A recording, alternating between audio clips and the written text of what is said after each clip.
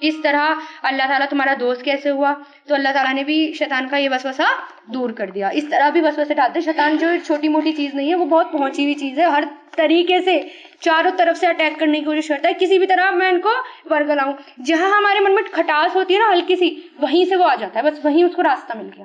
جیسے کھٹاس بھی نہ لائیں, جہاں شک آ گیا وہیں اس کو راستہ مل گیا. اس لیے کبھی بھی شک بھی نہ لائیں اپنے من میں, شک بھی اپنے من سے دور کریں. میں یہاں آ رہی ہوں, میرا ٹائم ویسٹ تو نہیں ہو رہا, ایسا تو نہیں ہے میں دنیا میں پیچھے رہ جاؤں گی, اور ایسا تو نہیں ہے کہ میری دنیا چھوٹ جائے گی, یا میرا یہ چھوٹ جائے گا, یا میرا وہ. یہ شک ہوتے ہیں, اور یہیں سے شیطان کو راستہ مل جاتا ہے. بالکل ایک طرف ہو جائے, نہیں میں اللہ کے راستے میں جا رہی ہوں, مجھے پتا ہے اور میری مدد تو اللہ تعالیٰ کو کرنی ہے, چاہے وہ غیب سے کرے. چاہے اللہ تعالیٰ جس طرح اللہ نے جنگ بدر میں فرشتوں کو بھیجا, اب بھی اللہ تعالیٰ فرشتوں کو بھیجیں گے, لیکن میری مدد کریں گے, مجھے پتا ہے. یہ ہوتا ہے شک کو دور کرنا, میں کنفرم ہوں. ٹھیک ہے نا.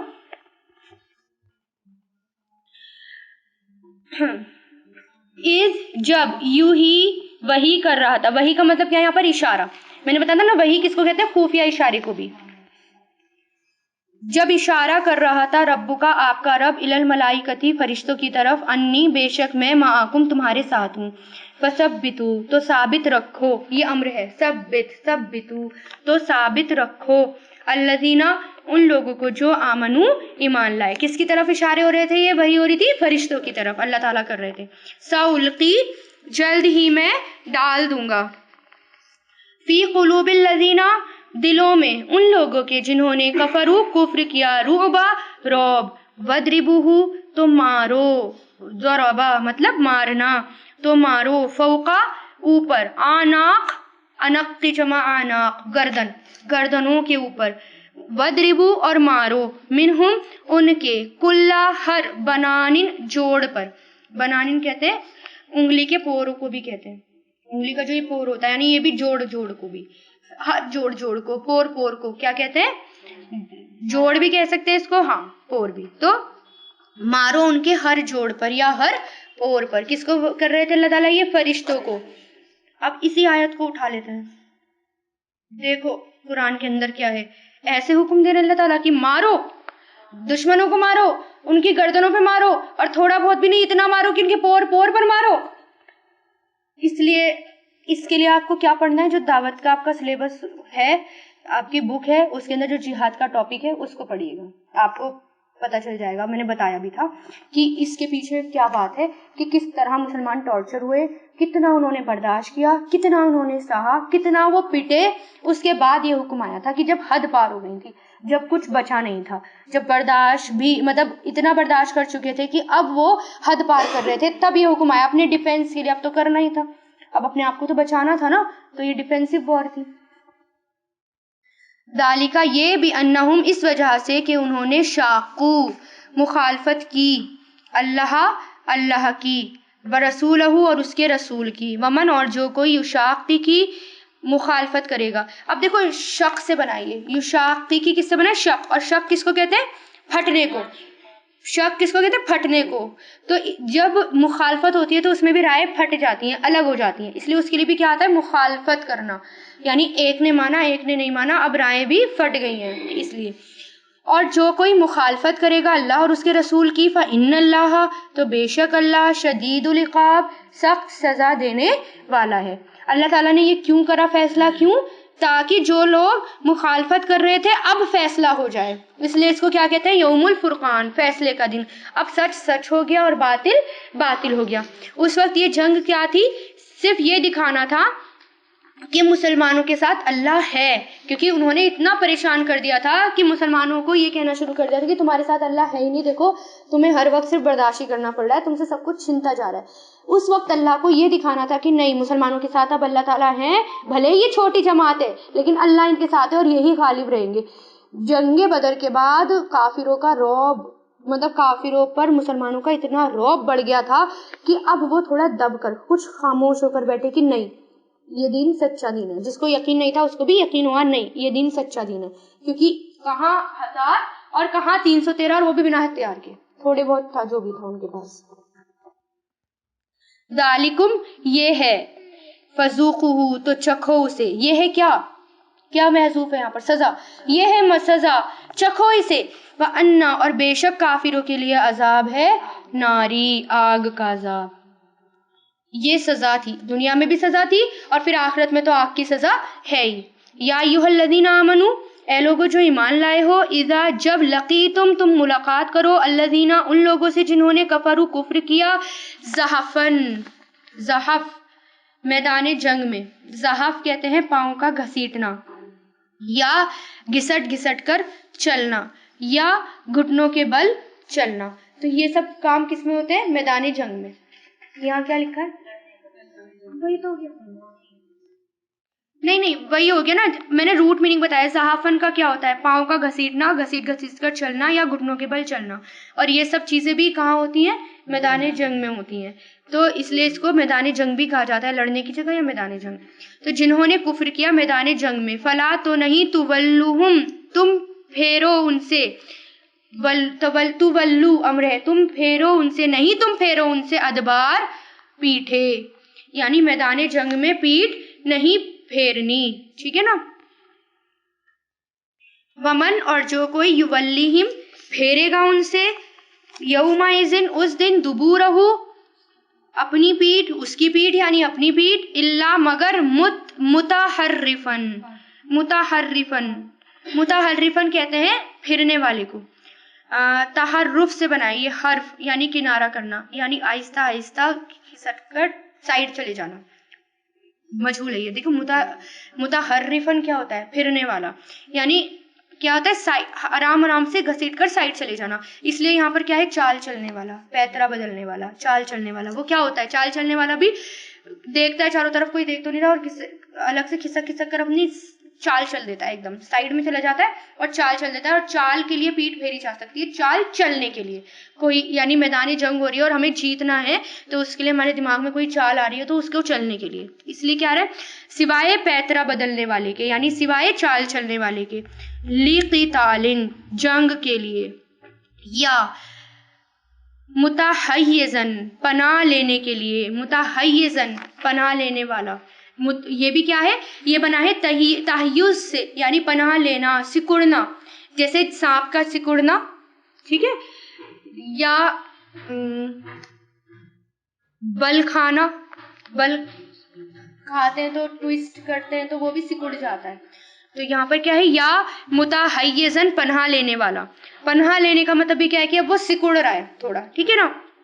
الا فئتن گروہ کی طرف، فئتن الا مطلب طرف، گروہ کی طرف، فقط تو در حقیقت، وہ پلٹا، بی غضبن غضب کے ساتھ، من اللہ اللہ کی طرف، وماواہم اور اس کا ٹھکانہ جہنم ہے، وبئس المصیر اور کتنی بری ہے وہ مصیر، لوٹنے کی جگہ. یعنی اب اس میں بتایا گیا ہے کہ جس وقت تم جہاد کے لیے نکل جاؤ اور جنگ شروع ہو جائے تو پھر تمہارے لیے یہ جائز نہیں کہ دشمن کے مقابلے سے پیچھے ہٹو، بلکہ ہر حال میں اب جم کر دشمنوں کا مقابلہ رکھنا ہے. اور جو کوئی بھاگے گا اس کے لیے دردناک عذاب ہے، یعنی اس کے لیے کبیرہ گناہ ہے.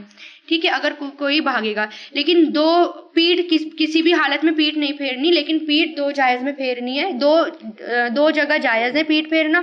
ایک تو یہ کہ آپ چال چل رہے ہوں، کوئی پیترا چل رہے ہو، آپ کے دماغ میں آیا، اور دوسرا یہ کہ آپ جو ہے دشمنوں کی سائڈ لے رہے ہو، یعنی پیٹھ پھیر کر دشمنوں کی طرف جا رہے ہیں اور ان سے لڑنے کے لیے. ٹھیک ہے نا. تب پیٹھ پھیرنا جو ہے وہ بھی جائز ہے اس وقت. اور اس کے علاوہ جو بھی پیٹھ پھیر کر بھاگے گا تو اس کے لیے اللہ تعالیٰ نے جہنم کا عذاب تیار کر رکھا ہے. اب اس میں کیا ہے کہ جنگ میں کوئی دو وجہوں سے صرف ایسا کر سکتا ہے. پہلا یہ کہ جنگی چال کے طور پر تم سامنے سے ہٹ کر سائڈ پر چلے جاؤ، یا وہاں سے تم مثلاً ہتھیار وغیرہ لینے کے لیے بھی، کبھی کسی مقصد کے لیے جو جنگ میں فائدہ دے، اس طرح کے مقصد بھی ہوتے ہیں، اس کو لینے کے لیے بھی تم پیٹھ پھیر کے جا سکتے ہو. اور اگر گھوڑے جو ہیں، اگر تمہیں گھوڑے دوڑانے ہوں، ان کے اندر گھوڑے دوڑانے ہوں تو تب بھی تم پیٹھ پھیر کر جا سکتے ہو. ایسا ہوتا ہے نا کہ ہوتا ہے پیٹھ پھیر کر جاتے ہیں گھوڑے میں. اگر گھوڑا سوار ہے، آپ نے دیکھا ہوگا جب پرانی جنگ ہوتی ہے کہ پیچھے سے گئے، پیٹھ پھیری، اور پھر دوسری سائڈ سے آ رہے ہیں لڑنے کے لیے اور پھر دشمنوں میں گھس گئے. اس طرح سے کیا جا سکتا ہے. ٹھیک. فلم تو نہیں تقتلوہم تم تم نے قتل کیا انہیں، تو نہیں تم نے قتل کیا انہیں، ولیکن اور لیکن اللہ تعالیٰ نے قتلہم قتل کیا انہیں، وما اور نہیں رمیتا، رما کس کو کہتے ہیں؟ پھینکنے کو، ترمیم یاد کرو، ترمیم بحجارۃ من سجیل، پھینکتے تھے ان پر، اور رمی کس کو کہتے ہیں؟ پتھر پھینکنا جو آپ حج کے دوران کرتے ہیں، تو وہ اسی سے بنا ہے رمیتا، اور نہیں پھینکا تھا آپ نے اذ جب رمیتا آپ نے پھینکا، ولیکن اللہ اور لیکن اللہ تعالیٰ نے رما پھینکا تھا، ولا لیبلیا تاکہ وہ آزمائے، و مطلب اور لی مطلب تاکہ، لیبلیا وہ آزمائے، المؤمنین مومنوں کو، منہ اس کی طرف سے یعنی اپنی طرف سے، بلا ان آزمائش، حسنن اچھی، ان اللہ بے شک اللہ تعالیٰ، سمیع خوب سننے والا، علیم خوب جاننے والا ہے۔ اب اس میں کیا ہوا تھا؟ حضرت مجاہد کہتے ہیں کہ جب صحابہ کرام جنگ بدر سے فارغ ہو کر لوٹے تو ایک دوسرے سے کہنے لگے کہ میں نے فلاں کافر کو قتل کیا، میں نے فلاں کو قتل کیا۔ اس پر یہ آیت نازل ہے کہ تم نے کسی کا قتل نہیں کیا، لیکن اللہ تعالیٰ نے قتل کیا۔ اس وقت کیا ہوا تھا؟ فرشتے تھے نا ساتھ میں، اللہ تعالیٰ نے کیا، ٹھیک ہے، تم نے اپنی قوت سے نہیں بلکہ اللہ تعالیٰ نے تمہاری مدد فرمائی تھی۔ پھر اس مقام پر ایک اور بات ہوئی تھی، وہ کیا ہوا تھا؟ کنکریاں پھینکنے کا واقعہ۔ حضرت عبداللہ ابن عباس وغیرہ سے نقل کیا گیا ہے کہ جنگ کے دن جس وقت قریش کے 1000 جوان کا لشکر ٹیلے کے پیچھے سے اپنی طاقت پر گھمنڈ کرتا ہوا میدان میں آیا تو اس وقت حضور پاک صلی اللہ علیہ وسلم نے دعا کی، یا اللہ تعالیٰ تجھ کو جھٹلانے والے یہ قریش گھمنڈ کرتے ہوئے آ رہے ہیں، آپ نے جو ان پر فتح و کامیابی کا وعدہ مجھ سے فرمایا ہے اس کو جلدی پورا کیجیے۔ اس وقت جبریل امین تشریف لائے اور عرض کیا کہ آپ ایک مٹھی خاک لے کر دشمنوں کی طرف اس کو پھینک دیں۔ چنانچہ آپ نے ایسا ہی کیا کہ ایک روایت میں ہے کہ آپ نے 3 مرتبہ مٹی اور کنکری سے مٹھی بھری اور لشکر کی طرف پھینکی، اور دوسری روایت میں آتا ہے کہ 2 مرتبہ، ایک میں 1 مرتبہ، ٹھیک ہے، سامنے کی طرف پھینکی، جس کا نتیجہ یہ ہوا کہ اس مٹی اور کنکری کی وجہ سے یہ ایک معجزہ تھا کہ ہر دشمن کی آنکھ میں وہ ریت چلا گیا تھا، ٹھیک ہے، ایسا نہیں تھا کہ جس کی آنکھوں پر یا جس کے چہرے پر وہ ریت جو ہے وہ پہنچی نہ ہو، تو یہ بھی اللہ تعالیٰ کی طرف سے کیا تھا؟ ایک معجزہ تھا۔ ذالکم یہ ہے، وَأَنَّ اللَّهَ اور بے شک اللہ، موہین رسوا کرنے والا ہے، کمزور کرنے والا ہے، قیدی چالوں کو، الکافرین قیدی چال کو کافروں کی، ان اگر تستفتیہو تم فیصلہ چاہتے ہو، فقط تو در حقیقت جاءکم آ گیا تمہارے پاس، فتحو فیصلہ، وَإِن اور اگر تنتہو تم باز آ جاؤ، فہوا تو وہ خیرن بہتر ہے، لکم تمہارے لیے، وَإِن اور اگر تعودو تم لوٹو گے، پلٹو گے، دوبارہ کرو گے، آدھا یعودو مطلب دوبارہ کرنا، لوٹنا، اگر تم لوٹو گے، نعود ہم بھی لوٹیں گے، نعود ہم لوٹیں گے، ولن اور ہرگز بھی نہیں، تغنیہ کام آئے گا، انکم تمہیں، فی اتوکم تمہارا گروہ، شیئن کچھ بھی، اور اگر کثورت وہ بہت کثرت سے ہوں، کثورت با کثرت ہوں، بہت زیادہ ہوں، اور بے شک اللہ مع المومنین مومنوں کے ساتھ ہے۔ جس وقت کفار قریش کا لشکر مسلمانوں کے مقابلے کے لیے تیار ہو گیا، مکہ سے نکلنے سے پہلے لشکر کے سردار ابو جہل وغیرہ نے بیت اللہ کا پردہ پکڑ کر دعا مانگی، اور کیا دعا مانگی ابو جہل نے؟ کہ یا اللہ تعالیٰ جو رشتوں کو کاٹنے والا ہے، جو غلط ہے اس کو ہلاک کر دے، اور جو زیادہ نافرمان ہے اس کو ختم کر دے، وہ یہ دعا مانگی تھی۔ پھر اس پر یہ آیت نازل ہوئی کہ تم فیصلہ چاہتے تھے تو در حقیقت تمہارے پاس فیصلہ آ گیا ہے، بلکہ اس نے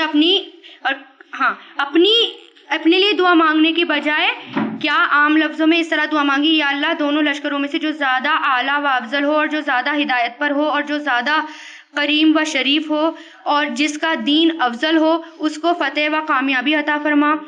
کفار قریش یہ سمجھ بیٹھے تھے کہ ہم جو ہیں زیادہ بہتر ہیں، ہم زیادہ اچھے ہیں، تو اس کا نتیجہ یہ ہوا کہ جو کہ باطل تھا اللہ تعالیٰ نے اس کو باطل کر دیا، لیکن وہ اس کے بعد بھی ایمان نہیں لایا، وہ لایا ہی نہیں تھا۔